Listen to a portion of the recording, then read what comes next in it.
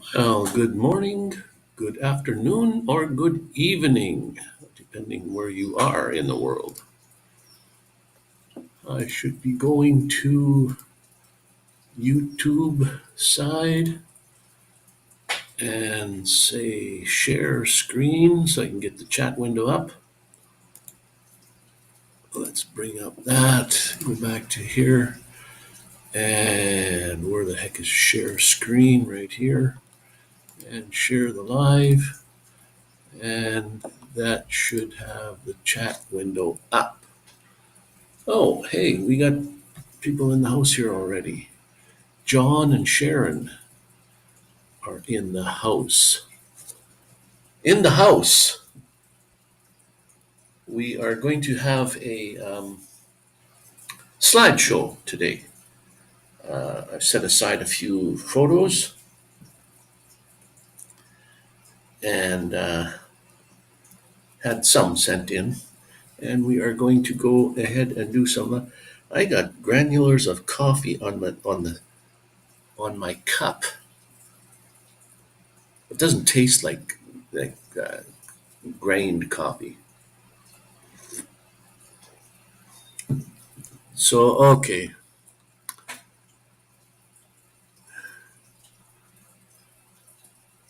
Do you want to marry Wayne? Laugh out loud. Mr. Ronney Braun.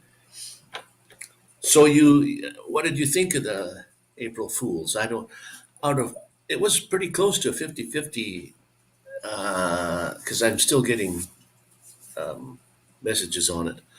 50-50 thing on whether it fooled you or whether it didn't fool you.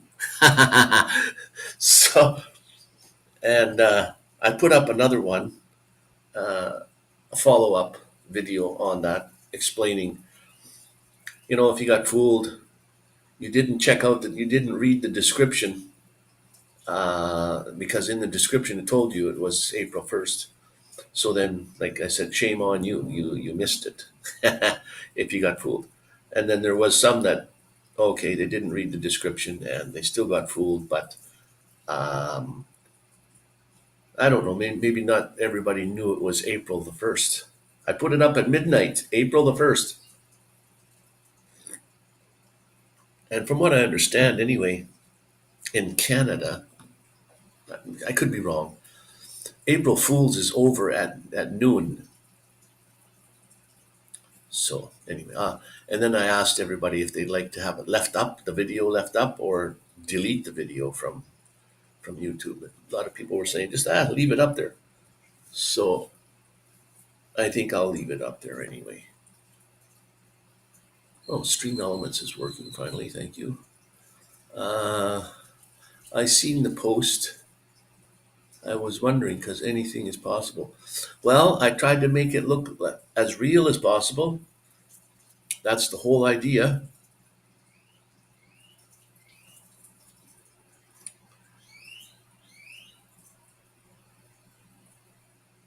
It's a whole 24-hour. Okay. Well, I put it up at midnight on March the 31st at midnight. So it was officially April the 1st.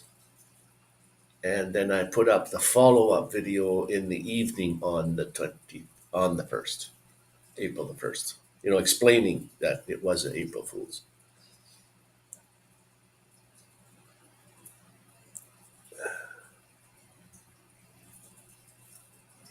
Yeah.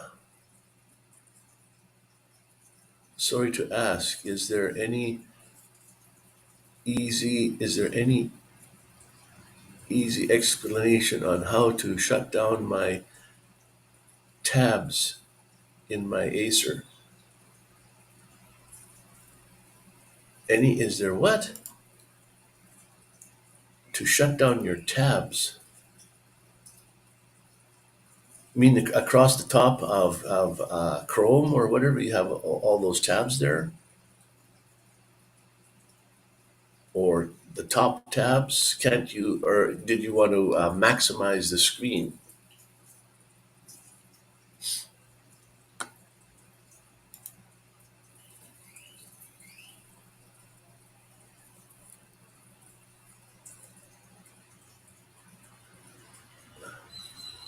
She really was a beautiful looking girl, let me tell you. Yes, I don't even know what nationality she was.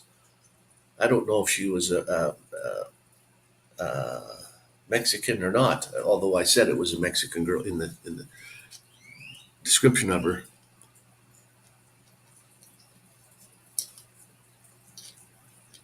And I asked her name. She says Venus, and I thought Venus. That's a kind of a cool name. Then she said, "Yes, my name's Venus." So that is her real name. I just met her 10 minutes before I videoed her. She was in the dentist clinic the same time I was with her. Well, I guess it's not her husband and it's not her boyfriend, so it's probably her brother. He doesn't look the same nationality, but they're just probably good friends. And I was talking to them about getting teeth done and where to go and what to do. And then I was talking about an April Fool's, and they're from the States and they know April Fool's. So in Mexico, they don't have April Fool's. Yeah, no kidding. I don't even. I think she's probably still here with that guy in Cancun yet for a couple of days, and then they go back to the States, and then they got to come back again in 6 months to finish up his teeth, from what I understand. Anyway, they said like he's going to get his whole mouth done, so he was going to be in the dentist chair for a while, and then she asked me. She said, "Where would you like to come hang out with her and go places?" She didn't. They don't know. She didn't know where to go. And I was busy. I'm not good with laptops. Uh, Yet I sometimes try to take down a video and I can still hear it running in the background. No clue how to shut down things. What? Well, on the video, isn't there a little X in the top right corner that you shut it down? If at all fails, press Control Alt Delete. That'll bring up a task manager, and it'll show you a list of what's running, and then you click on it and say at the bottom you can say shut down whatever it is. But there should be a red X in the top corner that you can, or an X in the top corner. It doesn't have to be red.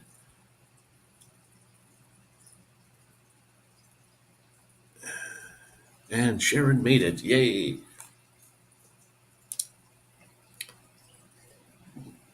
So yeah, I'm not too sure how, what your, if I could see what's going on there, Ronney, I could tell you. I'm on a laptop myself, so whatever you're trying to do, it should be the same. It's different when you're on a phone or a tablet or something. Those work completely different than a laptop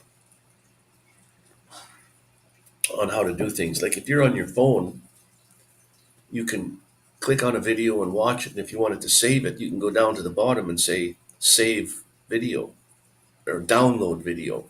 Where you can't do that on a laptop. You can't click on a video, watch it, and then click download. They don't have a download. You have to go and I go online and use a third party downloader that's online. I don't have to install anything. You just put the URL code in the box there, and then it'll find that video, and then you can click on download and download it. So it's way different than on a phone and a lot of people do watch YouTube on their phone and tablets and stuff, which are completely different. But laptop, I have a Lenovo laptop. And if you're watching a video, there's got to be those marks in the top corner. Hey, Philly.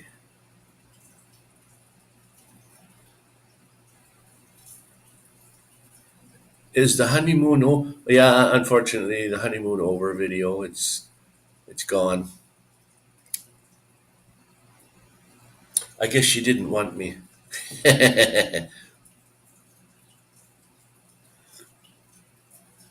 I was too old. I don't even know how old she was. Probably in her 30s, maybe. Could be even in the 20s. You don't want to say how old a woman is older than she really is, than she really looks. If it was a 20-year-old girl, you don't want to say you're 25.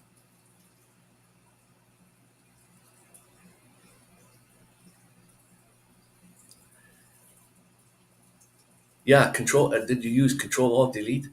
Then if you go to Tasks, a tab across the top there, at Tasks, that'll tell you what's running in memory at all times. Hey, look at this. Andy is in the house also. Well, so when I share screen, the chat window on the side here is going to be gone, but that's okay. So there, that's toast. So let me go and find our list of um, slideshow, our list anyways, and get it kind of started.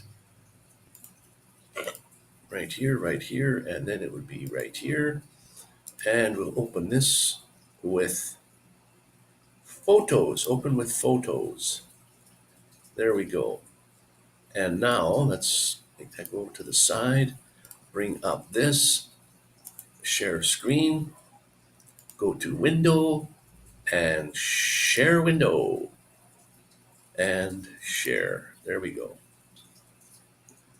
You're starting a screen share without sharing your system sound. Yeah, well, we don't need sound.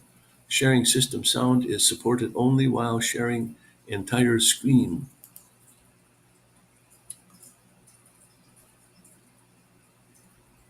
Yeah, well, I put up a new video the same day, yesterday, about too bad that you got that you thought it was real. Hey, Timmy, how you doing? We're having a little bit of a slideshow today.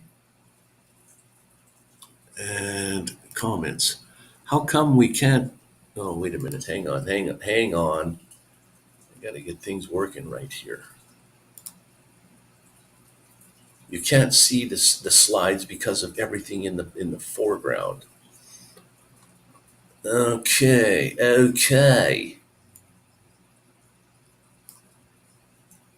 Let me just see editor. Let me see if I can fix this. Editor. Let's go here and let's take the ticker and hide it. Right on. Let's take the picture and hide it. Right on.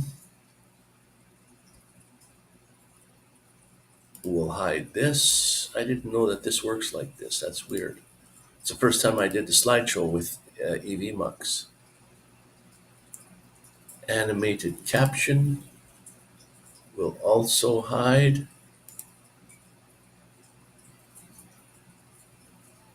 Okay, it looks like everything's hidden except for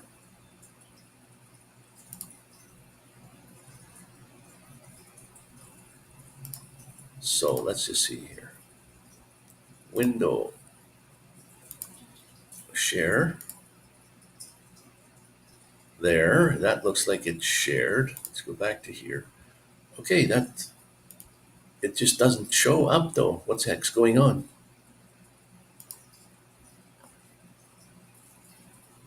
Studio mode. Maybe it doesn't share when you're in that mode. Because if I do a transition,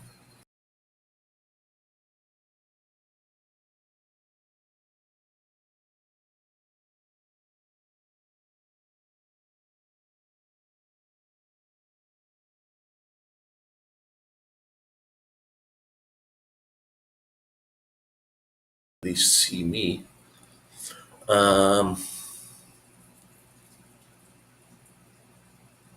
Okay, let's try this. And share screen. Nope, that's not it. What about this one? No. Okay, let's try to reshare screen. A window and share this and share. Okay, I can see it on here.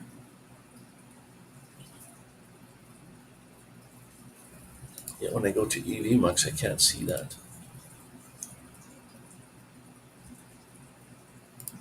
Very weird indeed.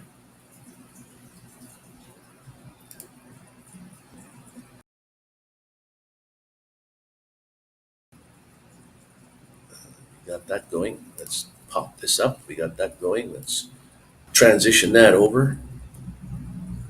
Okay, let's add a layer and find out what the heck's going on here. Web source, screen share. Uh, People walk around with shovels and rakes on their shoulder trying to get work. I can only share speakers or guests. You see, that's the thing about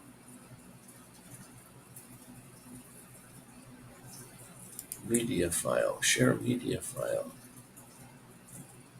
No, that won't work. I don't know how I can do a share screen thing. I've never done one in EVMux before.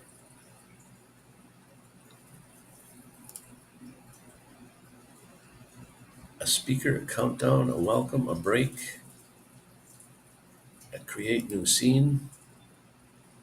There's a black screen.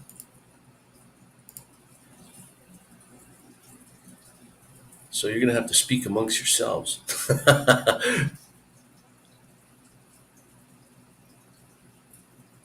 Share video. Well, can't. That's not a video. It's just a slideshow.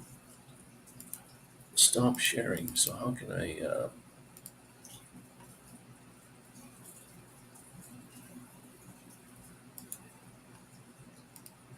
And picture one.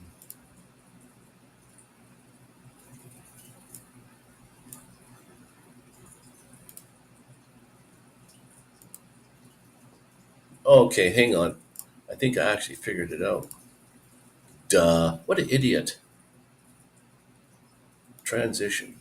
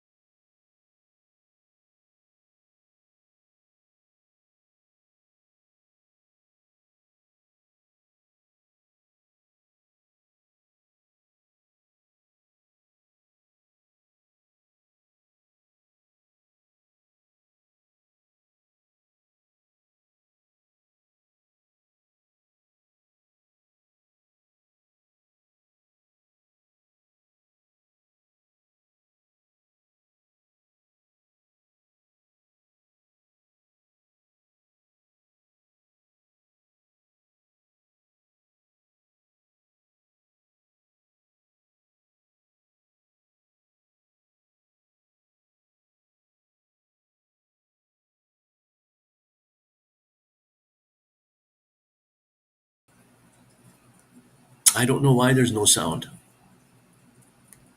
No idea. But we'll leave it the way it is, and we'll go through the slideshow and see what we can come up with.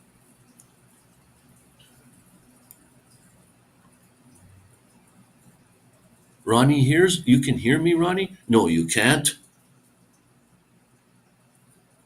You're pulling my leg. It's April, but April Fool's is over. You're back. Oh, I am back. Okay, I don't know what I did. Okay, well, let's go through a couple of photos here then, guys.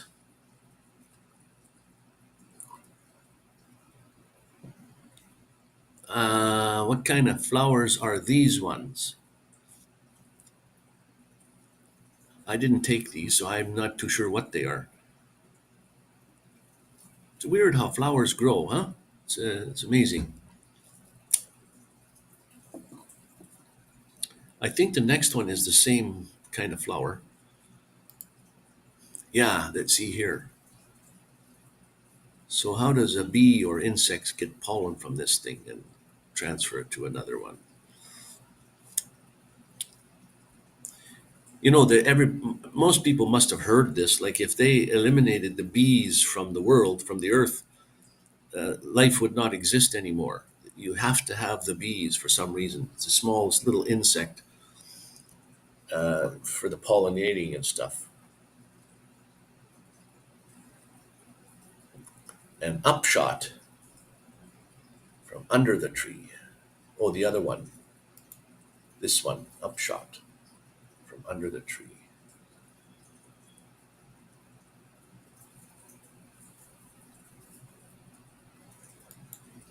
Yeah. Okay, cool.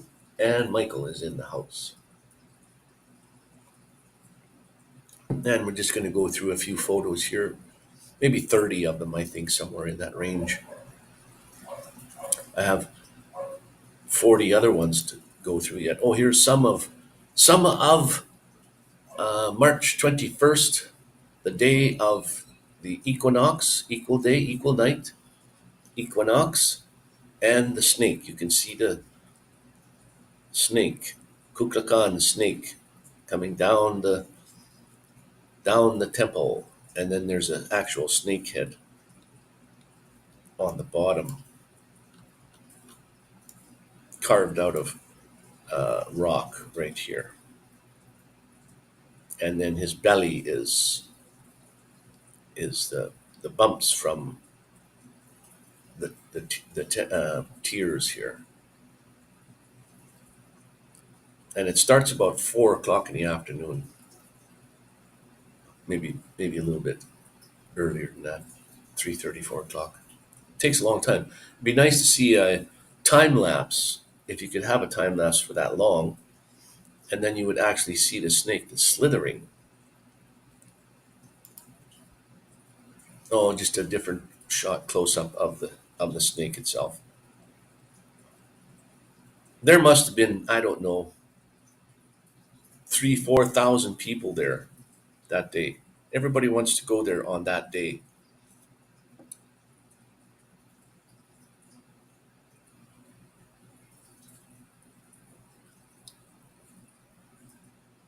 Working on your building.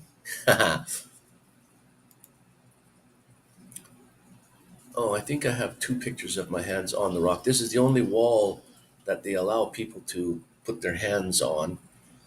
And I took my picture of my hand on the wall too, because that rock was placed there 2,000 years ago. Like, it's just amazing. You feel the energy when you can. They don't allow you to touch any of the other ruins. I guess, it would, after thousands and thousands of people would touch these things, it would start to deteriorate. It's like the pyramids in Egypt. They used to, I don't know if they still do, but they allowed people to walk inside them, and then just their breathing is making it fall apart on the inside. So I don't know if they stopped that or not, but they used to allow you to climb up the temple, but not anymore. You can't go up there. It's pretty steep, and somebody got drunk and fell down.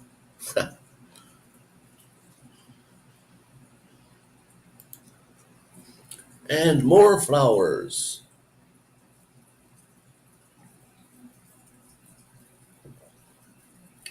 I like taking pictures of flowers and plants and stuff too, but I don't usually know what they are. I'm just walking along the paths or the streets or what have you, and I see flowers and I take pictures of them. I don't I guess I should look them up and find out what kind they are. Because what you do is you put your photo on Google, on Chrome, put your photo in there, and then click the button that says find, and they'll find other photos with the same flower, and then they'll tell you what they are.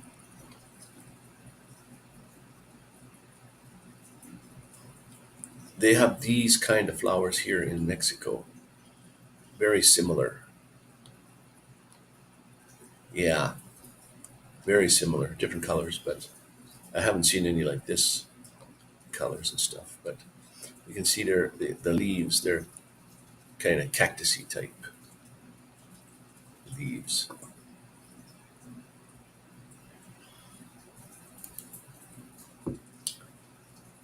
Same flowers, and just a different angle. You see how these are curled up at the ends to allow the bees or something to get the pollen there. Amazing.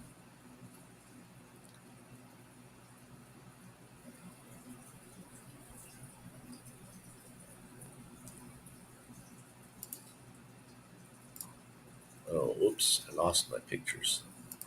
Lost my photo. Okay, more flowers. And I didn't take this one either.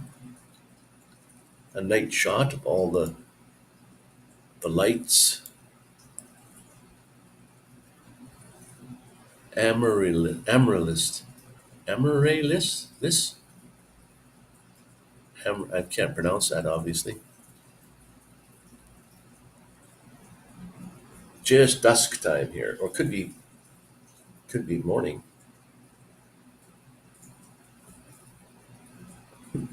I don't know if you can tell whether a picture is sunrise or sunset.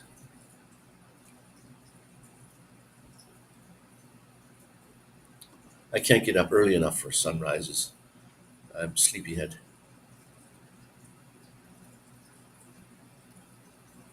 But this is a more than likely a sunset scene.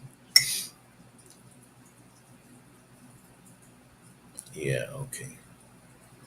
Dusk. Okay, what's next?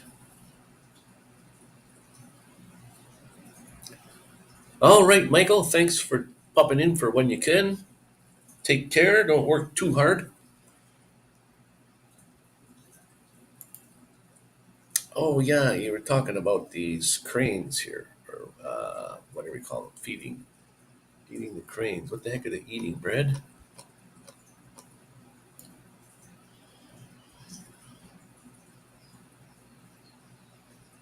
And seeds of some sort.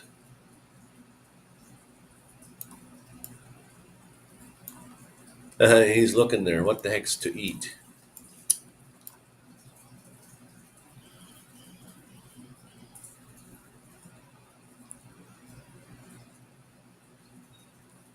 Oh, it's nice. There's a big park or something out the back here. Big area. Wow. Huh. Oops. Next picture. Go back. I wanted to see something. Oh, the temperature 80 degrees. 80 degrees there today, or that day. And then here's another one. Sleeping.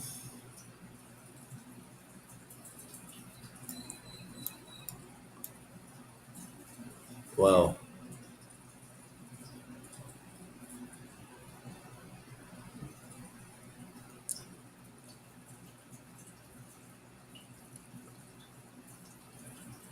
Sleeping crane.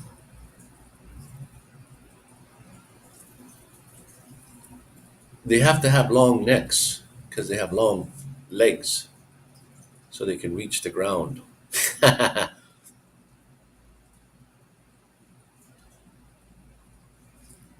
Yeah, sleeping while their head is tucked in. Just got their eyes, probably just their eyes, so they if they open their eyes, they can see.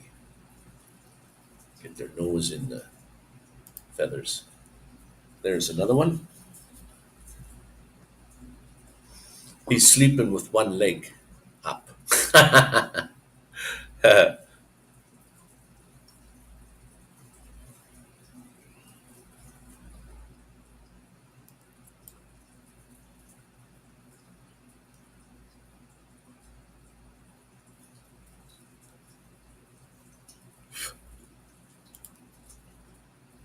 Oh, a little house on the island of Isla Mujeres. Isla Mujeres. Island, well, women island, I guess it's Isla is island, Mujeres is women or woman. Island woman.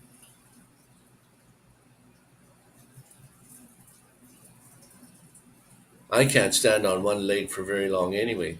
If I had to do those tests where the police give you the roadside tests, see if you're drinking, I would fail them all the time. Even if I haven't had a sip, I can't do those tests. This is a house on Isla Mujeres, but okay, we don't see the. Well, you can kind of see the dog. There's his foot, and he would poke his nose through this hole here. I don't know if you can see my mouse, but he would poke his nose through the hole and watch people go by. That's what was interesting. But I like the architecture of the house itself too. And here in Mexico, all the houses are attached to each other. It's just like one long continuous house. Like you could see, they're just butt up to each other. You just paint yours the way you want it, and your neighbor paints his the way he wants his, and that's it. I have one picture of the dog with his nose through the hole, but I don't have it on here. I should have put it on there. Oh, this is the ferry that I got to ride across from Cancun mainland there to Isla Mujeres. This is after we just landed at, or is this one? Oh, this is when we're leaving. Leaving from Cancun, you can see Isla Mujeres in the background. No, that's not it. I don't know what that is. That's part of Cancun. Yeah, there's a hotel at Cancun. So we haven't left the mainland here yet. And these are the ferries. They only carry people. They don't carry cars. Is a bigger one that would carry cars across, but these are just full of people. They go every hour back and forth. I think this one, the Ultramar, these are Ultramar. Oh yeah, up here, Ultramar. These ones go every half hour. The other blue ones, they only go every hour.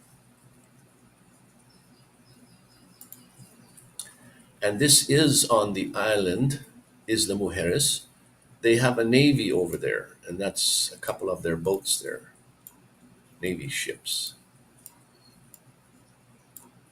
just parked. I don't know how active they are, but they do have their boats. And right behind me is the the building for the navy people, guys that are in the navy.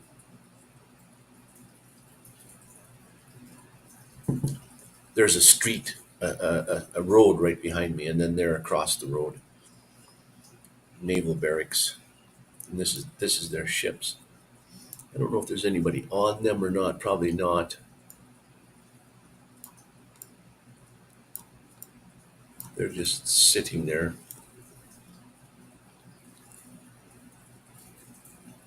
Tulum? Wow, they go to Tulum? Amazing.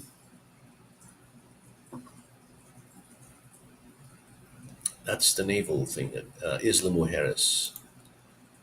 This is on Isla Mujeres also. Rock carvings of dolphins.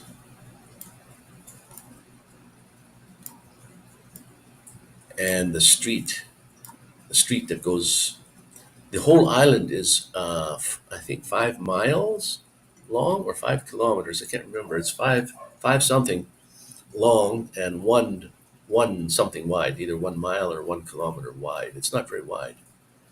You can walk the width of it in just a few city blocks, and you're from one side to the other. These were a couple dolphins. I should have been on the front side of them to get their face in there, their nose. More carvings of turtles. Oops. And it looks like some plant things there carved in the wood or in the cement there also. So this is looking out across the water. There would be Florida, I would think, in to the left side more. So if you go right, this is the Gulf of Mexico. So you go across there, and you would hit Florida. Can't see it, too far away. Cuba would be on the right hand side of the picture, way out there. It's farther to Cuba from here than it is from Florida to Cuba. Florida to Cuba is far close enough that they build rafts and things to try to make it to the U.S. to escape uh, to escape the forgot the country. But anyways, Cuba. That's some turtle carvings they have there, made out of cement. Now this beach in the background, this was just a take. I don't know what this is, why they have this here. There was nothing in the bottom of it, just the sticks. It's homemade thing. They have these every once in a while. It was to signify property line or something that goes out into the water. But it goes out just barely on the beach out into the water. But you can see the wave way out there, almost at the horizon. That wave there. The reason the wave is there is because it's hitting the bottom. That's what creates the wave. The water's coming in and it hits the bottom, and then a wave forms. So the darker area way out there, which is blurry, that's more or less deep ocean. But from where I took the picture all the way out to that wave, if you go out there and stand out there, the water's just about ankle deep. And if you come up here closer where you can see where it's darker, that's about waist high, a little bit high, chest height. And then you come up here and it's like to your knees. And it's a long way out there. This photo doesn't do it justice. It's a long way out there. And yet you go up to your chest at a certain point, and then you keep walking and it goes up till it's barely covering your ankle. Farther out you go. That's why the waves are there. And then you go out far. There's buoys way out there. There's no ships in this one or boats, but boats coming in, they back up to those buoys and tie off, and then they play their music and they just sit there in their boats out there facing away from you. They have their back end of their boat facing towards the beach. So you can walk out to the boats out there. It's amazing. I do have some pictures of that. They'll probably be in the next group of slides next Sunday. Okay. This is the top of a log that just has sand beach in the cracks. It's like a log, a tree, I guess, that was growing, and it was cut off many, many years ago and weathered, and the sand is built up in the cracks of the thing. It's just a close-up shot. Nothing is in focus here at all either. Whoops. Whoops. Back into this.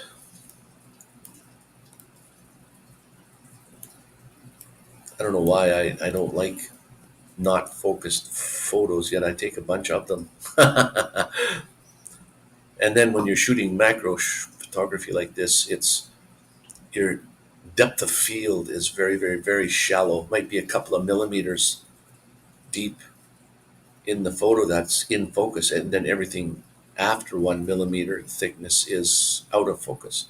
So you're looking at, if something is 2 millimeters thick, well, the top millimeter is in focus, and then the bottom millimeter is out of focus. That's the thickness of a coin. It's not, unless you do your make your shutter like f16 or f32 or something. But then you got hardly any light coming in. You have to compensate somehow. Then you need a tripod, make a slower shutter speed. But anyway, that's the top of a log. And here's another one that's like a grain of, or several grains of, that's the sand. That's the beach sand. It's got into a clump and sitting on top of, I don't know if it was that same log, but that's what it looks like when it kind of bunches up. What do you know? This is all in focus. Like I said, not here, but right here.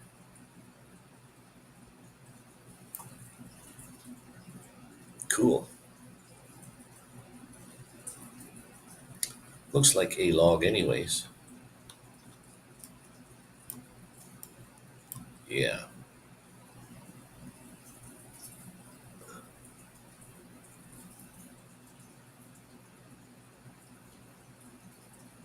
Can't see screen well, but can replay tonight. Yeah. Do so. Yes.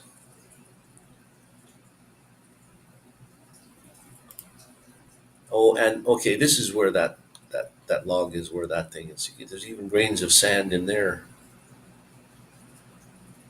Now this is a macro photo, so these grains of sand are pretty small, but that's what the whole beach is made out of. So that the sand is more like, it's not even sand, it's coral, but it's so fine, it's almost like a powder. And when you walk in it, when you're in the water, no problem. But when you walk onto the beach, then it sticks to your wet feet, and then it stays there. It's hard to get it off. And you'll have sand in everything in your. If you, I have a back pocket on my swim my swimsuit. There's a back pocket on there, and it's full of sand. And you don't even need to sit on the sand. It's just the waves coming in and hits you, and before you know it, your pockets are full of sand.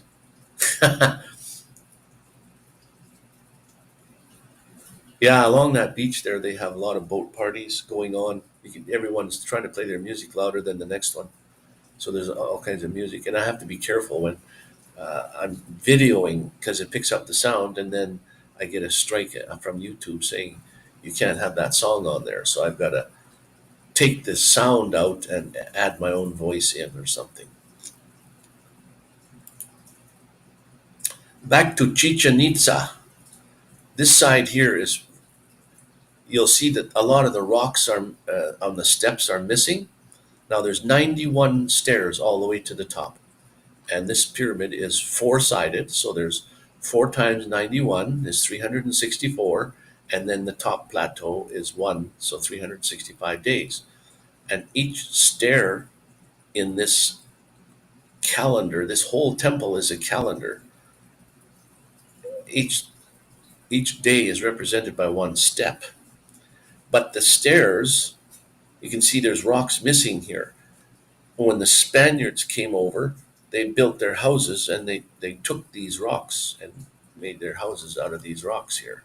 That's why those are all missing on this side. On the other three sides there, it's complete. There's no missing rocks like this. This is the most beat up side of the temple. And then the king or whoever would stand on the top, and they do their rituals inside of that piece that's up top there.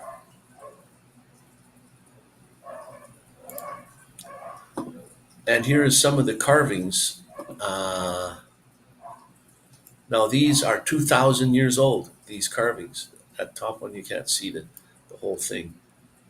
But the bottom one here, you can see where this discolored area, they replaced this.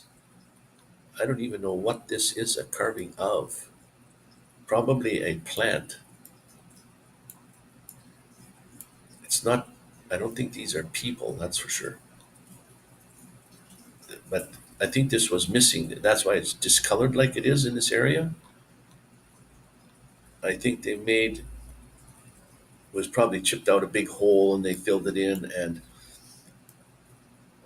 made it like they think it should have been.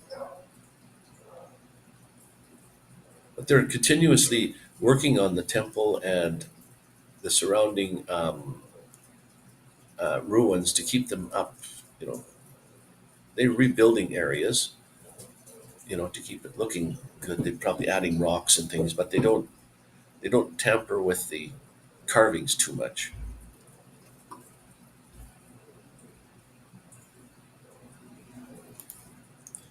Oh, this is where these are skulls. Now, this whole area was beautifully painted with yellows and greens and blues and reds. This was probably all painted at one time. These are, these are all skulls. Many, many, many skulls. There's a few rows. This is a bottom row, then there's a row on top of all these skulls that they were sacrifices. And to the Mayans, sacrifice was a holy thing that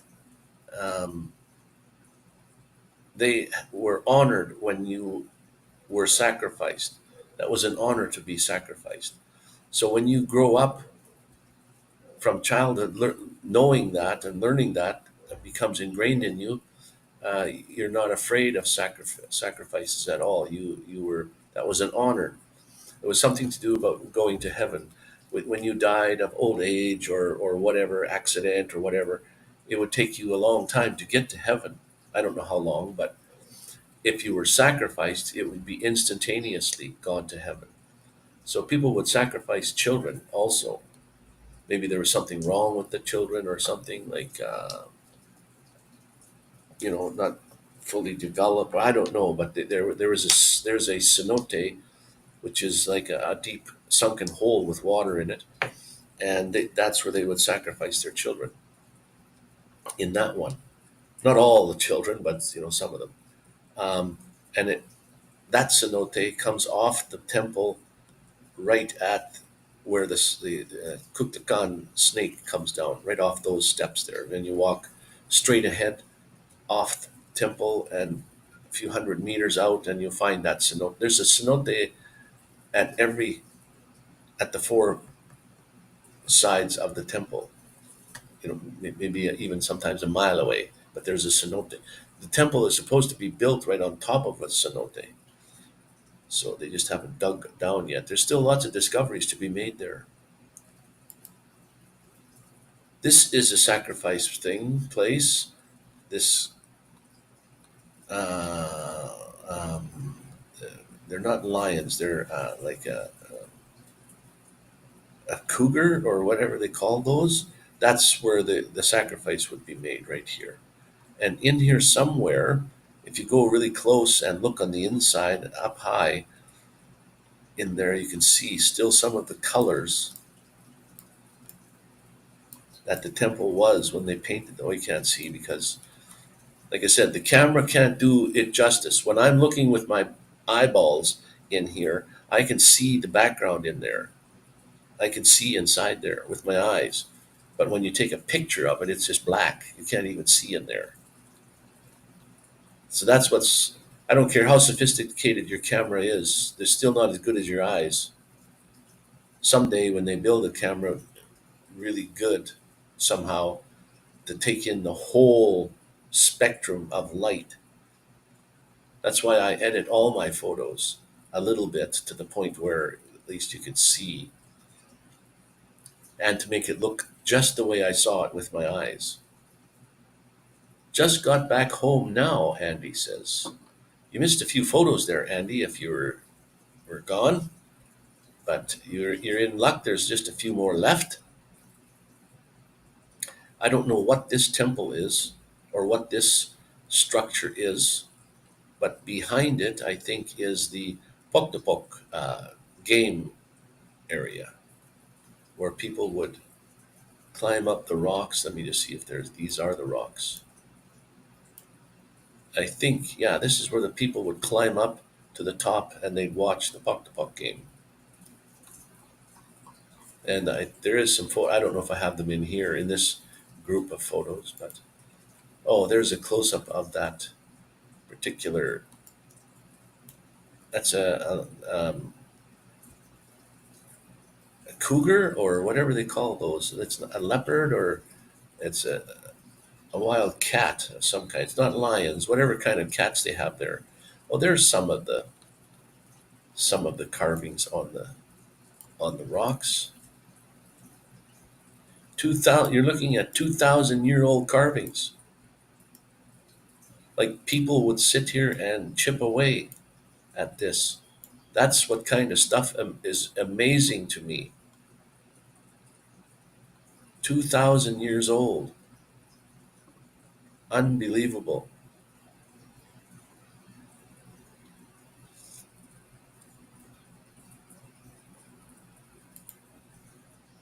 Now this is a long snake here that goes to the left off screen. But this is the snake head. And then I just happen to get in the right position and have the temple pyramid, if you want to call it pyramid, in his mouth. So that's what's represented by this. Now here is that wall that you can touch. This is the only thing that you can touch, and you can't even touch the snake head. There's a barrier around it. You can see the one pole standing up in the bottom corner here. But I think you can touch the wall past the snake head here. But this snake is like 100 feet long.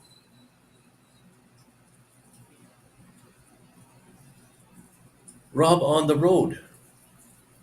Good afternoon. Good evening, Rob. Are you still, or good afternoon? Are you in the U.S. still, or did you go back? Who said they were home?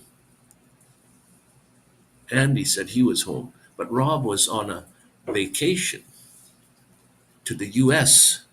near Chicago, I think. I was watching some of your Facebook stuff. I think you're a drinker. You love your beer.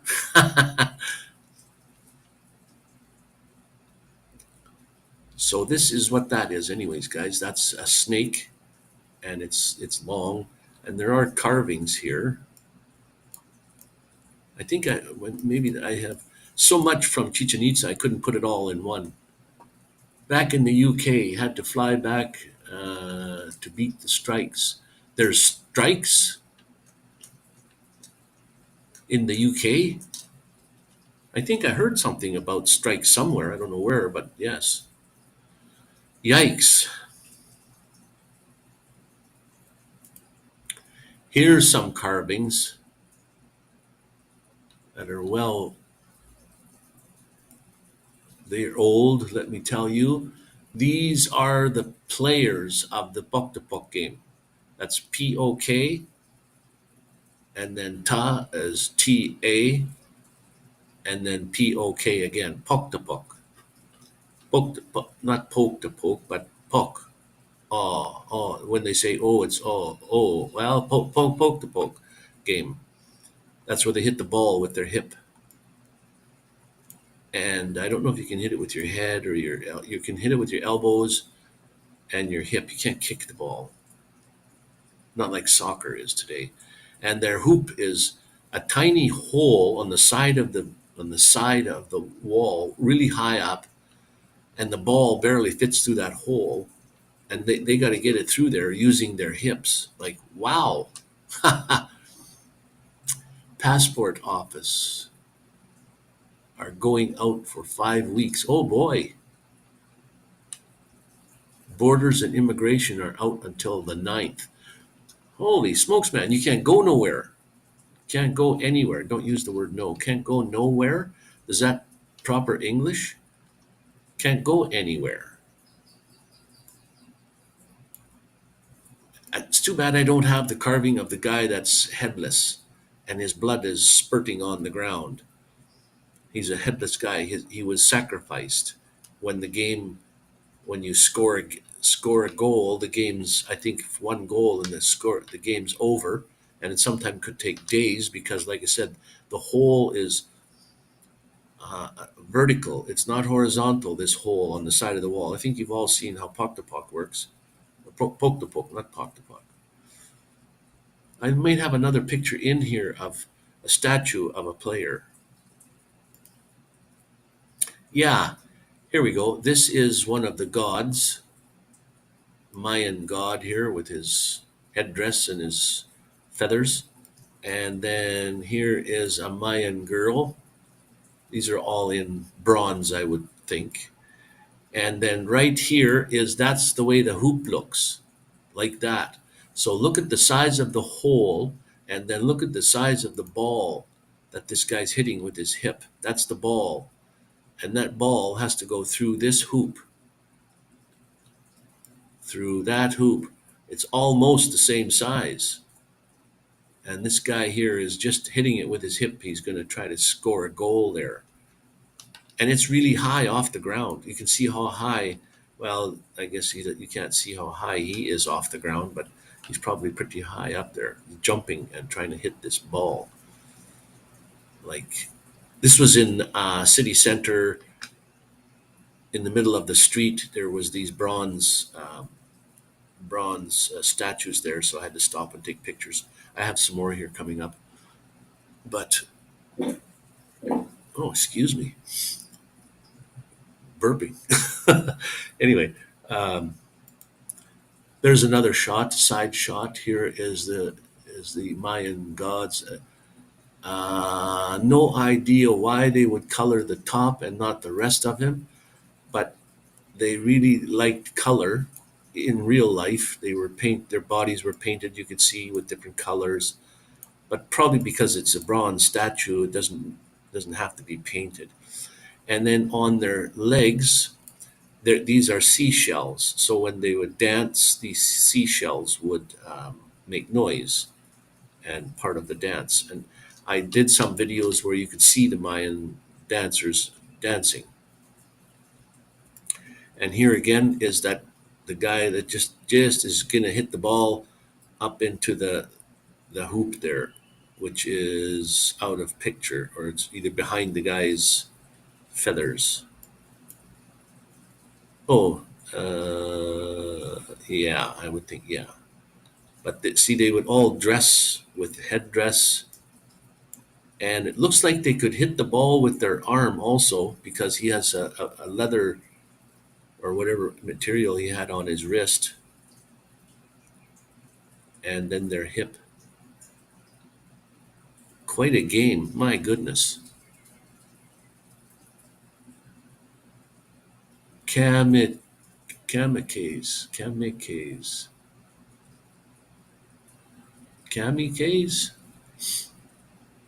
Not saying that right, but I don't know what that is.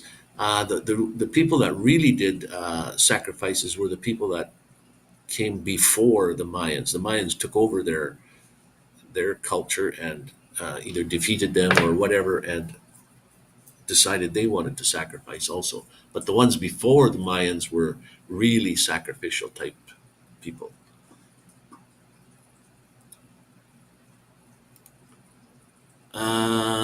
Okay, let's just see here. This is the woman.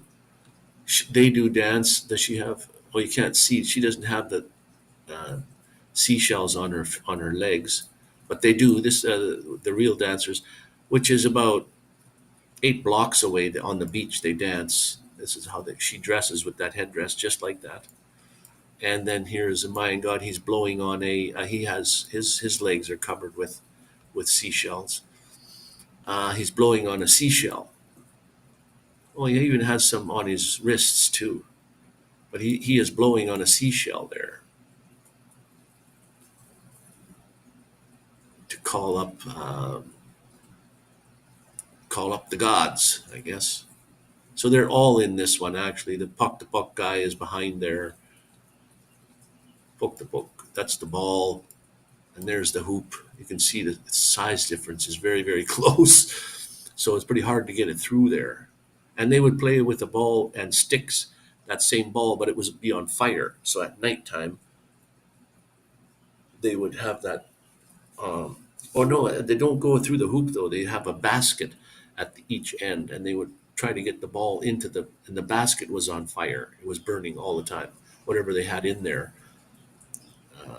wood of some sort, it would burn all the time, and the ball was on fire. And they would use their sticks to pass the ball back and forth to their team members and try to get it into the basket at the other end.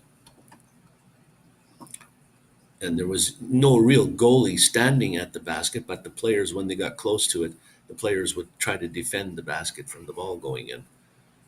So it was quite interesting game. I watched a game at Eshkaret. I think I have video of it coming out. I got lots and lots of video to show. I'll be back in Canada for a couple of months, still showing Mexican videos because I have so much. Okay, I guess I tried to get just the player ready to. He's going for the goal, but that's the hoop they try to get it into or through, and it's up pretty high off the ground actually. It's 12 feet high up there, something like that. It's quite high.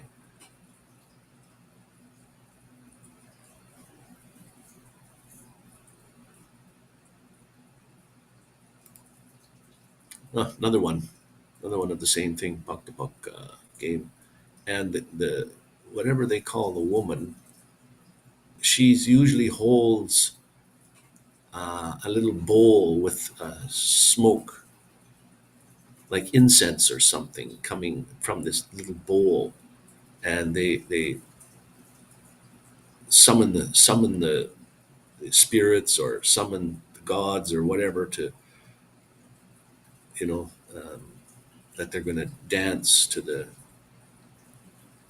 spirits can come and watch. I don't know for sure, but anyway. Another puck to puck one, just at a different angle.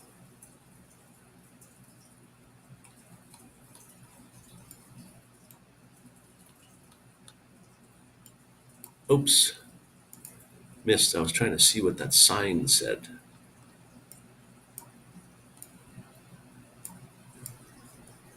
Office, visa office, 24 hours. A lot of Americans, I don't know about Canadians, but I just seen a lot of Americans uh, pay with American dollars when they buy stuff. I would advise them not to do that because there's banks all over the place where you can change your money into pesos. You're always better off to pay in pesos because then you're paying the price of what it is. But if you, let's say you buy a souvenir for somebody to take back to the US with you, and you see on there where it says 100 pesos to buy that thing, and they'll charge you whatever is in US dollars if you want, but they won't give you the a good exchange rate. You're going to overpay for that thing. So if you change your money into pesos, you'll be paying a lot less, especially on the higher ticket items. They might pay you 17% or $17 per dollar, and when it's really 18. So they set a US dollar at a certain amount and it stays there. Doesn't matter if the if the exchange rate fluctuates up and down, they know they're charging a lot less than what the banks would. So your dollar doesn't go as far. So you're better off to pay in pesos as opposed to American dollars. Here's the love. Some couple, I don't know if it was them. Yeah, they're pointing at me. And they were saying, "Can you take my picture, or can you take our picture against this uh, word there?" So I had to take their picture. I carry an international card, a credit card. For that very reason, I pay the local currency price instead of getting ripped off. I actually have a credit card with me also. I just got it before I came here. It doesn't it doesn't charge me any extra fees at all, but what it'll give me is the correct exchange rate uh, for that day, of course. But I don't pay any extra fees that a bank would charge. So that's what I have. It's called what's it called? It's called a Passport Infinite. Yeah, Infinite Passport Visa card. And what it also allows me to do is most airports have lounges in them, and I can go into any up to 6 times a year. I can go to any lounge in a hotel and have a free meal, and everything's free. The food, the drinks are all free. Up to 6 times I can do this, and I can actually take my family in also and have them treated to no cost whatsoever. All the drinks are free and all the food is free. So when I go back to Canada, I'm going to go back early in Cancun here. I'm going to get to the airport a little early, a couple of hours early, and have a real good meal at their. They have four lounges in this Cancun airport. Um, how long does it take to get a passport? Sometimes it could take months. So apply for a passport as soon as you possibly can. You got to jump through a lot of hoops. You got to make sure you answer everything correctly. On my driver's license, it said my name was Wayne J.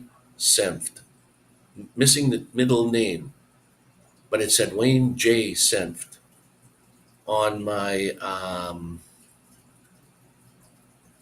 birth certificate, it said Wayne Jacob Senft. Now, they almost refused to give me a passport because those two were different. So they had to take pictures of the my driver's license and when I got my driver's license, I should have said my whole full name, because that's on my birth certificate is my whole full name. And they're really picky about things like that, especially in Canada, anyways. And dates and everything got to be exact dates for everything. Your name has to be correct on everything, and and then it takes several weeks, anyways. Ultra feminine, ultra femme. In Mexican, they don't pronounce an e as an e. They don't say femi. Here it's femme. That's what I like about Spanish. All the vowels have only one way to say the vowel. E is eh. The letter I is the only funny one. The letter I is pronounced E, a hard E. So whenever you see an I in a letter, it sounds like an E. You don't say I or I. Like here it says I shop. That's probably a Canadian word though, or I mean American word. So it's not e shop, I would think. That looks like an American word, not a Mexican word. Pandora is probably another, because they have American businesses there. Here's Playa del Carmen. That's where I'm at. Quintana Roo is the province, I guess. Quintana, Quintana, yeah, Quintana Roo. The I is pronounced well. Yeah, Queen is like an E. This could be the end. I think that was the last picture. Yeah, that was the last picture, my friends. Unfortunately, stop sharing. And let's go back to this. Let's see what we've got here. How come this don't go? We'll go to studio. We'll put this one on. And then we have to unhide all this stuff. Unhide, unhide, unhide, unhide. There we go. And we make transmission or transfer. And then to get the stream back online, we'll go that way. There we go. We're back to normal. And I don't know if you can hear me or not, but we're sort of back to normal now, I guess. And click on the comments to see if I can see what the comments are saying. Yes, I can. Can take between 12 days and 10 weeks for a passport here in the UK, he's saying. It's probably the same here. I mean, if you're lucky, you can get it fast, but I had to wait, I think 5 weeks or something for mine.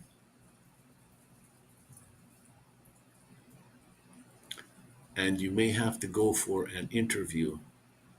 Well, mine was a real problem because of my name. My driver's license is plastic card. My birth certificate was a plastic card, but because my name, my whole middle name was on my birth certificate, but just the J was on my driver's license. I mean, if I knew if I was going to get a passport that had to be like that, when I got my driver's, I can go to the Alberta driver's place and say I want to change my driver's license and change the name to the correct one. But I have my passport and it's good for 10 years, so I think I'm good. So I am good. So if you're looking for a passport there, Sharon, the idea is to get in early and then you've got one. You can buy, well, I don't know if you can, in the States, whether you can buy like a 5-year one or a 10-year one. It costs you, it's cheaper to get the 10-year passport. Then when you either drive across the border or fly, you have your passport and you should be able to get across no problem.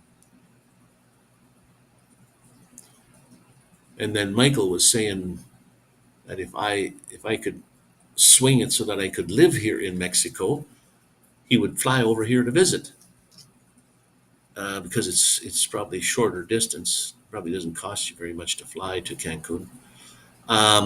That's if I stay in Cancun.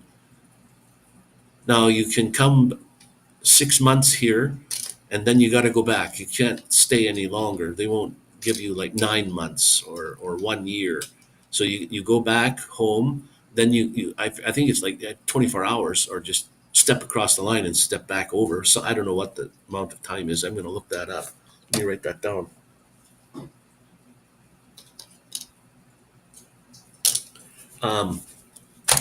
So anyway, then you can go out of the country and come back in. But if you apply for temporary residence, which is up to 4 years, no longer, then you need lawyers and what have you, and you have to have certain things, like you have to be making a minimum of $1,600 a month American. Well, I don't even make that much, so I'm kind of out of the picture for getting a temporary 4-year pass to come here and live here. It's too bad. Rob says it's usually 25 hours outside the nation's borders. Wonder why 25 hours. So you're 24 for sure, and then 1 hour extra.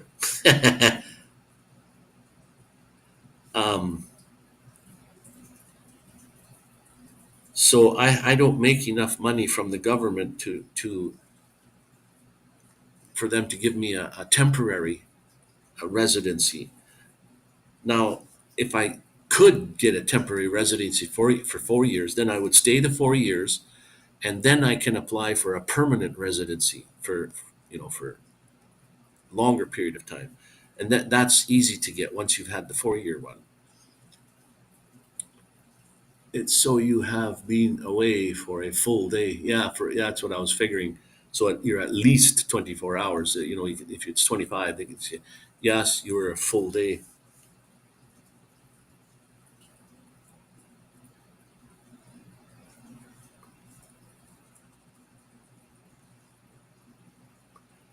Yeah.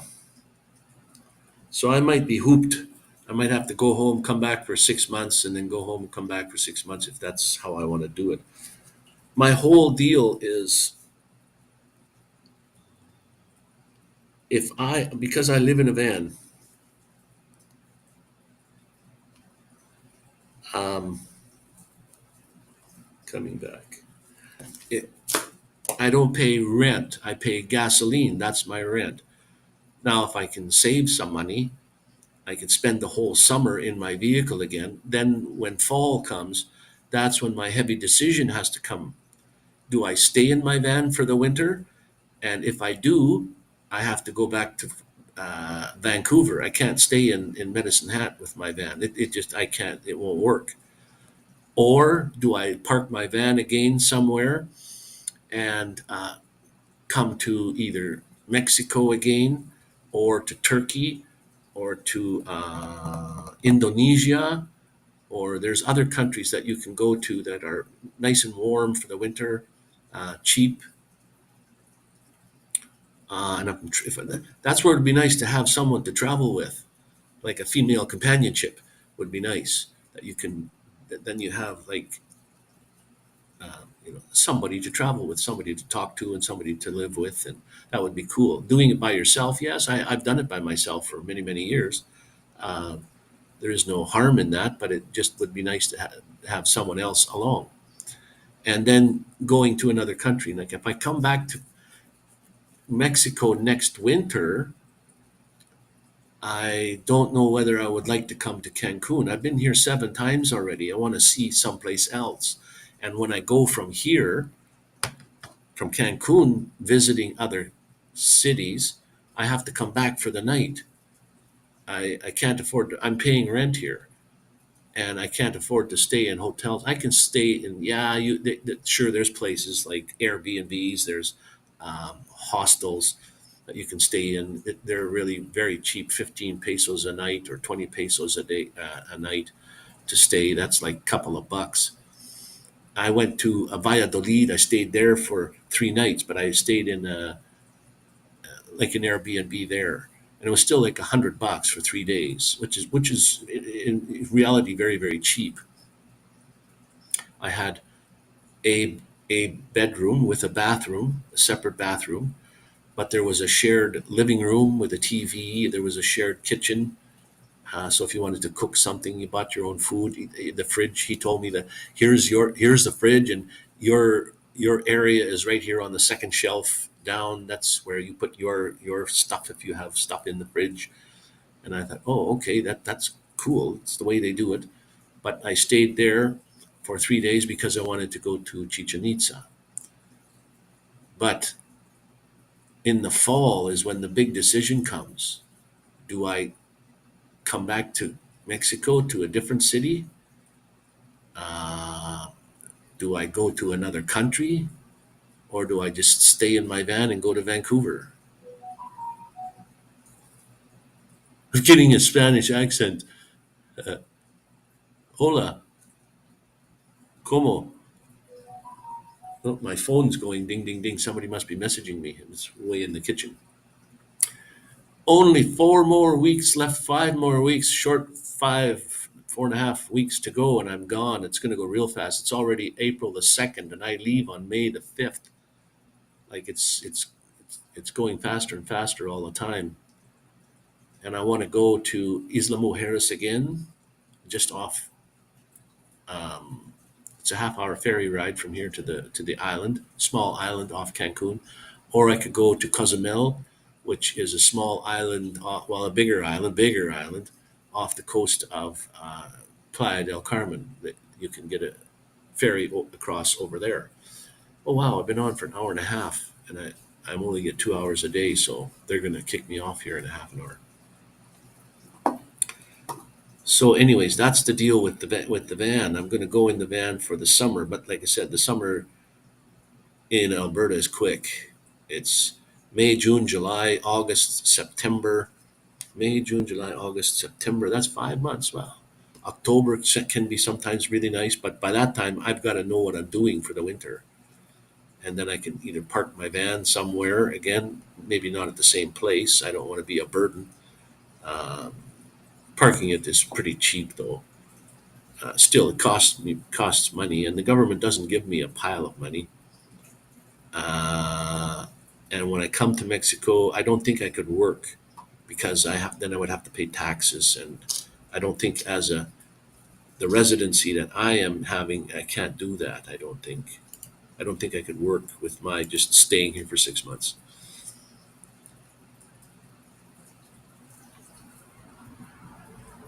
So anyway, that's the deal. I mean, I could come back to Cancun, no problem, and stay here again, but I think it would get kind of boring after a while. You're at the same place. You want to go live somewhere else. I could go to Merida. Merida. It's about 5 to 6 hours away from here, and it's supposedly supposed to be the safest city in all of Mexico. The cartel doesn't go there. They I guess said amongst all themselves, like, let's keep that city as a safe haven, I guess. So they don't operate there. So I could go there and find a place. But then again, I'm in Canada, and I have to find a place to live here. So I have to either get somebody to find a place for me or online somehow, and just pay before I come and hope that they're going to honor that. Like where I am right now is a way different situation. Where I'm staying, I know the owner guy. I've known him for 10 years. So you know he owns this house, and it's actually a two-story house, but he divided it into two, made an upstairs suite and a lower suite, and I'm staying in the lower suite, and he is actually staying in the upper suite. But he works like 6 days a week at the clinic. He is a manager of a clinic, so he's gone all day long. Sometimes coming home late at night. So that's what that's all about. What did you say you were going to do there, Sharon? You're going swimming or something? Oh, she devil! I didn't see you in here. I'm looking at this, and I didn't see you working, so can't chat. Just wanted to say hi. Are you working on your bus? Did you buy that schoolie bus? Or you're if you did, like, good on you. That's when you can build something yourself and build it the way you want it to look. That's cool. Very nice. Hope you got a good deal on it.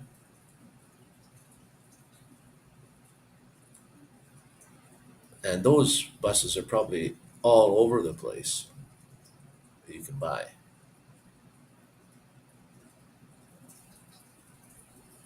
Still working on demo. Yeah, getting it all prepped. Are you going to paint the outside a different color other than yellow, or are you going to paint some hippie flowers or something on the outside, or the outside just staying like a regular schoolie bus with the yellow and the black? But it's nice that you can build the inside the way you want it. Lots of room anyway, and more than likely it's more than likely diesel, I would think.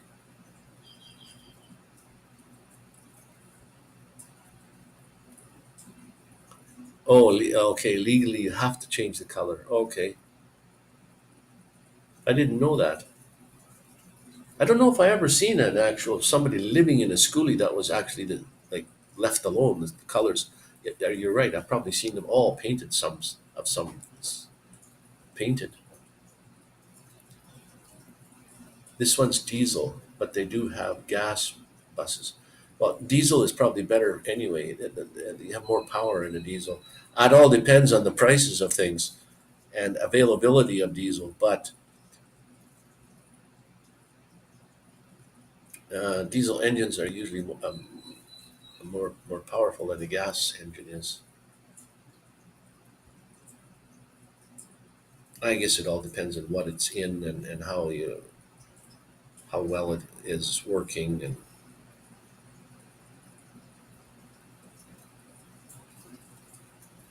but yeah, that would be nice. Wouldn't mind to have something where I could build myself too. Um, I can't really rip it. Well, I could sort of gut the one I have, but then it's a lot of work and a lot of extra money that I'd have to put into it to build it the way I want it. Um, it's already wired up as a mobile home, like inside, so there would be nothing to make it any better than what it is. Although make things in a different spot. Like I do have a bathroom in the back, and to me, I'm just using it as storage. I don't use it. I don't use the shower. I don't use the toilet. I don't. I use the closet as I don't use the sink. I don't want to carry water around underneath the van. I do have a big tank under the van for water, but then you're carrying extra weight, and as it's being used up, it's sloshing around under there. I wouldn't drink that water in the first place, but it used for dishes and for the shower and for the bathroom, toilet and stuff. But then you're always emptying your gray water tank or your black water tank. You're always trying to empty that. You have to worry about uh, like smell and things, and so you got to have the right chemicals. So I don't use it at all. I'm always where I can use bathrooms and showers, anyways. But somebody was saying, well, why don't you take the bathroom out of the back, take it right off, out, and put the bed crosswise on, like side to side, instead of lengthwise.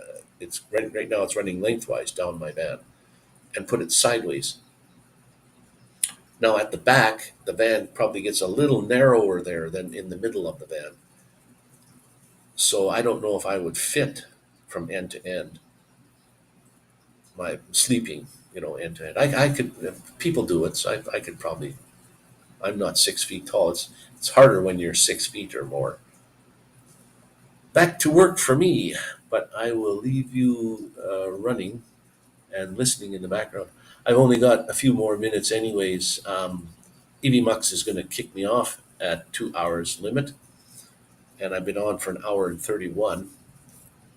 Remember how that works, Tommy? We tested it out one day. It gave me 2 hours and 1 minute. 1 minute to say goodbye, and then it was just gone. But uh, I don't mind the 2 hours. 2 hours is a good enough time, anyways, to be on a live. I'm not looking for long periods of time. If I pay for it, I could stream as long as I wanted to, but I can't justify the $300 a year to pay for. That's Canadian. It's only 200 some odd dollars American for a year.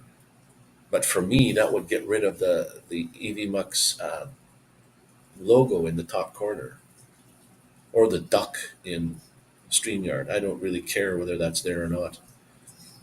I can't cover it up with something. It's always there, no matter what I put on that corner. It would just make sure that it's in the front. But no big deal. I like other things that you can do with EVMux that you can't do with the free version of StreamYard. So anyway, tis what tis. And the live today, we had a slideshow. So if you're so inclined, you can go back and watch that portion of it. At least you can go back, see where the slideshow was, and then watch the slideshow part. At least I know how to do it now. I should have experimented before and find out how this works. And I should experiment when Michael comes on with his video, because that's what I'm saying. You bump into something and people leave the live because you don't know what you're doing. You know what I mean? It's hard to please everybody. And so you just please yourself. But I wouldn't mind, yeah, building something out myself. Got all the tools, the saws, the hammers, the drills, uh, it's just buying all the stuff and building it out. My bed, I really like the way the bed is. I don't want to make another bed, because then it'd be nice to put some sort of slats down, and not necessarily even out of wood, if you could make them out of something else, metal slats or metal strapping, and then have your bottom of your bed, in like mine is made out of cotton. So when your body sweats, it's just natural to. That's why people have problems with mold under their bed, is because their bed is a sheet of plywood, and sometimes they'll put the worst thing to do is put plastic down, and then your bed on top of that, because that's where the water will accumulate from your body, and breathing and stuff. Your breath puts out lots of moisture into the air. Your windows fog up when you sleep, just from your breath. You don't need a buddy heater to make it worse. But like a diesel heater will clean that up. That's why I like the diesel heater. It's nice and warm, dry heat, no condensation whatsoever. Takes that out of the air when you're breathing. But my bed, anyways, I guess the moisture from your body goes all the way through the cotton, and then out the open air underneath. So there is no mold. Mold doesn't grow there, so I don't have any problems with mold. I would have problems with mold somewhere where, if you do have condensation somewhere and you don't see it, and there's no airflow there, that's where mold would start. I've never smelt any mold anywhere, anything. So, but it's more than likely there somewhere where it's hidden behind the walls or somewhere. But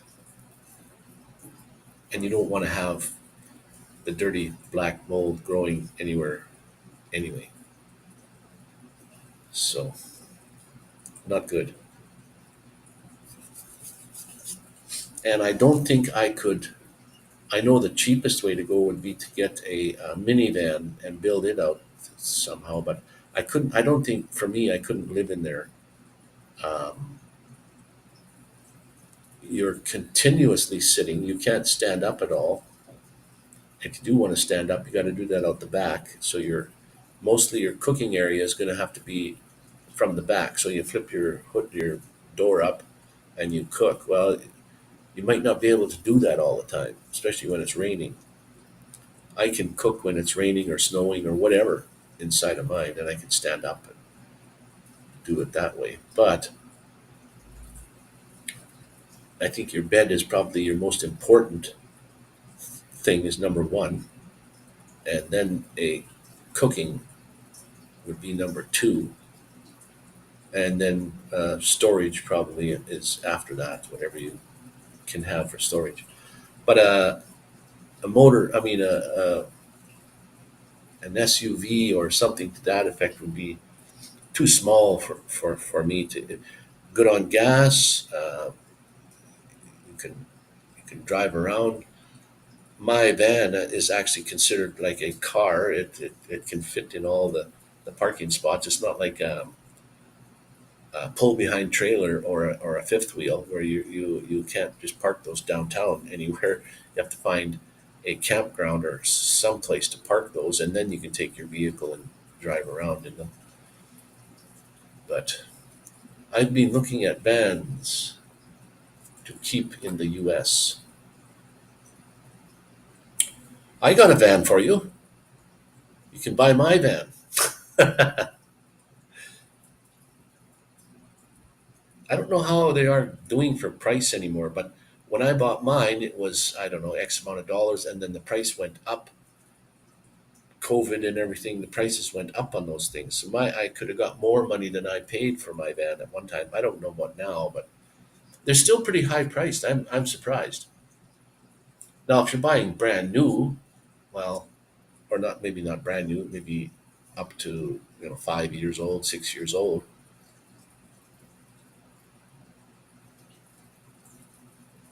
Yeah, I know prices are all over the place, and it all depends on where you go. If you go, like, say, let's say you're in Alberta on the prairies, in Calgary or in Edmonton, the bigger cities, the price would be through the roof. But if you go to a lot of smaller towns where people just put their ads in uh, auto auto magazines or something, which aren't really seen by a lot of people, or online, where it's not really seen by a lot of people, uh, you can get them pretty cheap because the farmer just wants to, like, get rid of his van, and some of those ones are like mine was. It was used for 2 to 4 weeks in the summertime when people would fill up all their stuff, and they'd go out camping for a couple of weeks or 4 weeks, and then they'd come back home and park the van for the rest of the year. So it wasn't even used a lot. And mine is a 95, so it's old. It's 23, 28 years, no, 23 and 5, 28 years old. So it's getting old. It has just over 200,000 kilometers on it, which it's just breaking in. It's got a Dodge 318 engine, which, in my opinion, again, my personal opinion, is that is one of the most well built engines that anybody in Canada here ever produced. Was the 318 and the 350. They run like crazy. I haven't had anything to do with my engine, although the water pump went. I had to change that, and then there's the brakes and the things like that. Yes, things break down, batteries and what have you. That's pretty much where I'm looking. Something older, but running. Nothing too fancy. Oh, cool, cool. Well, I hope you find something. If you're looking anywhere in my area, in probably the whole province of Alberta, maybe a little bit of Saskatchewan and British Columbia, let me know. I can go check it out for you. If you see something online that you say, hey, I'd like to, that's a nice looking one. Well, I can go and video some of it for you and show you what it's like, uh, so you can help make your decision. But yeah, I like an older van myself, something like what I have actually, like a 95 or 90, or up to a 2000 maybe, in that range. I like that. My friend of mine in Vancouver, he likes the 70s, 1970s. Now that's old, but um, things are only as old as it looks on the outside. What happens if you put a brand new engine in it? I mean, it costs you dollars, but I mean, you keep fixing up the engine. It's just like new. That's what gets you around, gets you moving. Make sure the wheels are good, the transmission, the you know you can build a brand new vehicle from scratch up if you want to. If you have the money, you can build your own and put a shell on it. So people would say, well, I don't want to buy an old van. It's ready to fall apart. Well, yes and no. If you look after it, not so much. If you don't look after it, well, yeah, it might fall apart on you. But there again, when you're living in a van, yes, things break down. It's inevitable. Things break down in your house also. Your furnace might go, your washer and dryer might go, your washing machine, your hot water tank, something might go. You need to repaint, the yard or something. It, I put $5,000 into my van since I've owned it, and I've owned it for 5 years. So yeah, divide that 5,000 into 5 years. That's $1,000 a year. That's not very much, but when things happened, I have to pay that money like one lump sum, like right away. That 5,000 might have been put into that van in 2 years. So, but overall, it costed me $1,000 a year. But yes, I had to pay out right away out of my pocket, and that's why I took my retirement money early. I took it at 60, 62 actually. I should have started at 60. But I took my CPP, which you can't collect old age until you're 65. But my CPP, I collected Canada Pension Plan when I was 62 until I was 65, and then I got to also collect my old age. So now I banked all that money from that's till 65. Well, that's 3 years.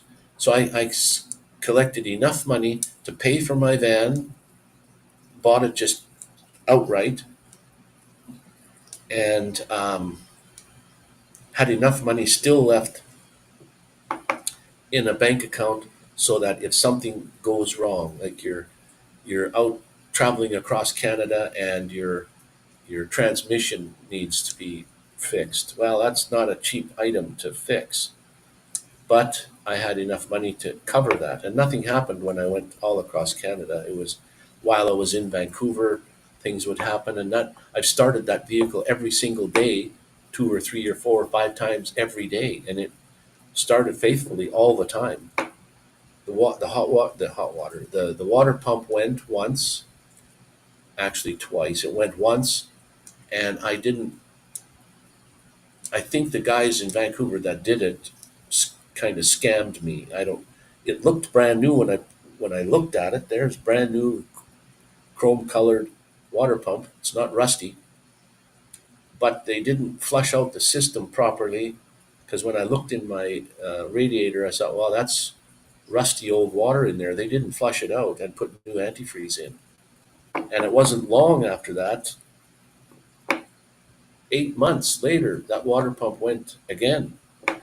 So when I took it in Alberta to my home city, they put a new water pump in and then they flushed the system out. That's just a given. And as they were flushing it, they told me to come and have a look so I could see the water coming out of the radiator, which they back flush, and I could see clean water coming out of the system, which they were putting in. The whole engine was flushed, and then they put new antifreeze in. So I knew that was good.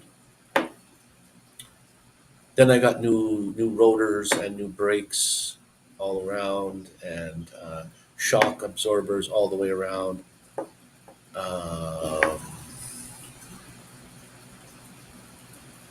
I have the original starting battery in there that I have. I've put three house batteries, they called. They're not starting batteries. They're just long lasting running batteries. I put three of those in. So they've been in there for 5 years. Well, two of them have. The other one I added in. So those are still in there.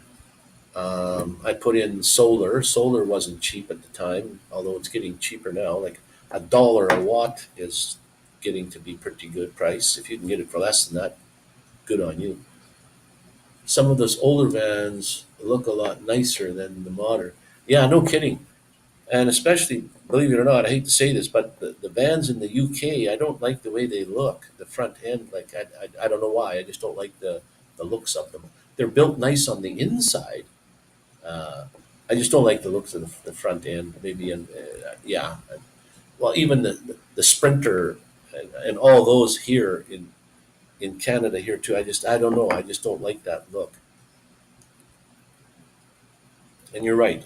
A Chevy van or a Dodge van or even Volkswagen vans or any of those kind of vans. I like the looks of them. I used to have a van way back in the '80s. I bought it brand new, short wheelbase, black Chevy van. They used to call them shaggin' wagons back in them days. Nobody lived in vans back then. There was no, you drove them around for summer times, had parties and stuff. So I put a bed in. There was no refrigerator that you could buy that you could put in a van. This was in the '70s and '80s. So there was just like a cooler that looked like a fridge. You have to put ice in it to make it cold. I don't even know if people had stoves. You could just put in your Coleman stove in there, build it in if you wanted to. We didn't build ours in. We just pulled it out when we wanted to cook. And then I put a bed in there, and the bed was made. It looked like where you would sit, and then out like almost like a heart. It looked like a spade, a ace of spades, and velvet covered there, and lights in the back, and nice, beautiful bed. Oh, it was beautiful. When I was married at the time, we used to go to all the van meetups. What the heck was that? We belonged to a van club in Vancouver. I used to live in Vancouver. Uh, I never dated anyone with a van. Nope. Well, you come to Canada, you can come and stay in my van. You'd have to sleep on the bottom bunk, which is under my bed, which would be on the floor.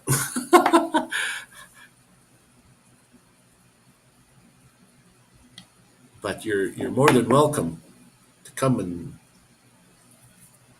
you could put the mattress down on the floor. Oh no, not laugh out loud. I'm serious. I'm serial. Uh,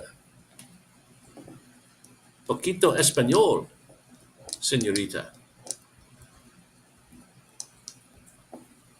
No inglés, no inglés. Poquito inglés. Poquito español also.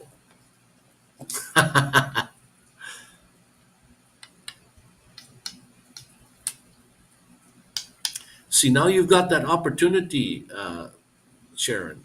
What we were discussing there. My wife, my poor wife, has left me now. She doesn't want to come to Canada, and her father says, "Oh, I'm not paying for anybody to come here to the wedding, so it's called off." So now you can do your thing, and I'm in. Oh no, I don't. I didn't shut her. Blush, blush, blush, blush. I can see on your picture there. You're blushing. Yeah. How does divorce feel? Well, it's a good thing we never got married, because divorce would be. She might have taken me for everything I have, which, you know.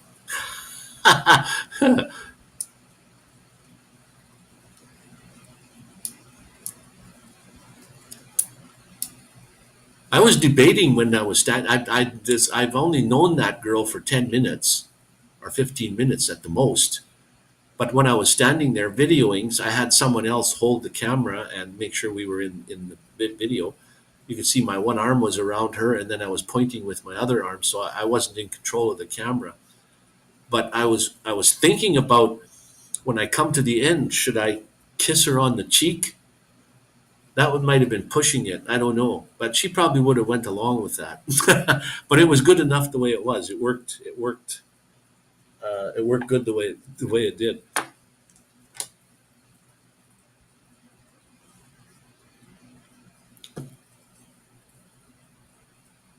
Okay, I have got nine, oh no, 8 minutes. 8 minutes, and I guess we have to say our goodbyes. So I don't know if I'll be the first, but I can be. If nobody's told you they loved you guys today, let me be at least the second. God is always telling you He loves you at all times, and I can be the second then. But my saying is always has been, like, if nobody's told you they loved you today, let me be the first one. And I do love you guys, by all means. I just love everyone. I love humanity, and everyone. You got to make sure that you stay awesome, stay kind, be cool, and become a nomadic outlaw. If you were just popped in here and you said, "Oh, there's a live," and you watched for a few seconds, and you're not subscribed, well, please, by all means, subscribe, and then you automatically become a nomadic outlaw. Like, hey, look at this. I don't know if you can see this. Nomadic outlaw. I'm a number one nomadic outlaw. You can even get one of these shirts if you want. Let me just see if I could. I don't know if I could. see if you could see this. My back. You on this one? No, maybe it's not on this shirt. Was there a Nomadic Outlaw on the back of the shirt, a big one? I have shirts with Nomadic Outlaw on the front and Nomadic Outlaw on the back. Love you too. Take care and be safe. Yes, I will. Have a great rest of your day, everyone. And I thank you all for coming in. I should have been popping up people's uh,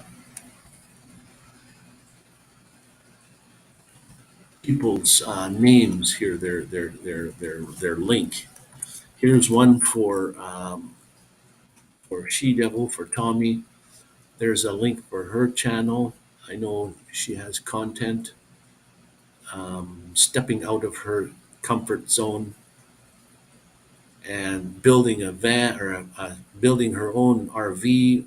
Very cool. She has a pull behind her already, but it's nice and homey.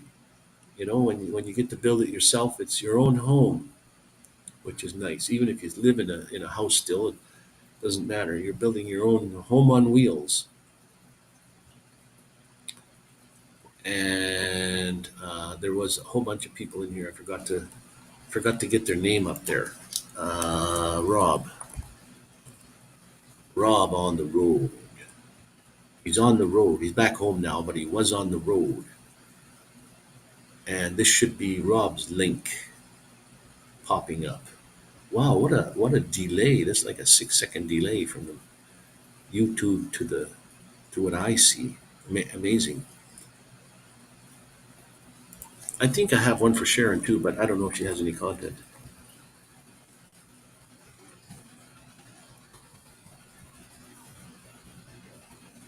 Subscribe if you like. Subscribing is always free. It's always free, and it's always free to unsubscribe if you don't like it. It's the same thing as if you're watching my videos. If you like, subscribe. If you don't like, unsubscribe if you wish. Give it the thumbs, no matter which way, the like, the dislike. It doesn't matter to YouTube. It doesn't matter at all. It does something to the algorithm. It doesn't mean when you give a thumbs down, it doesn't mean that to YouTube anyways, it doesn't mean that you give a thumbs down. It means you gave a thumb. So, all right, we are out of here. It looks like you're reaching your free limit, it says here. All right, guys, like I said, be kind, stay cool, stay awesome. And I love yous all. And we'll probably catch you on next Sunday for sure for another slideshow. And I'm going to pop up through the week because I've only got another month here and then I'm gone. So I might as well have as many lives as I can. Catch you guys all on the next one. Be safe.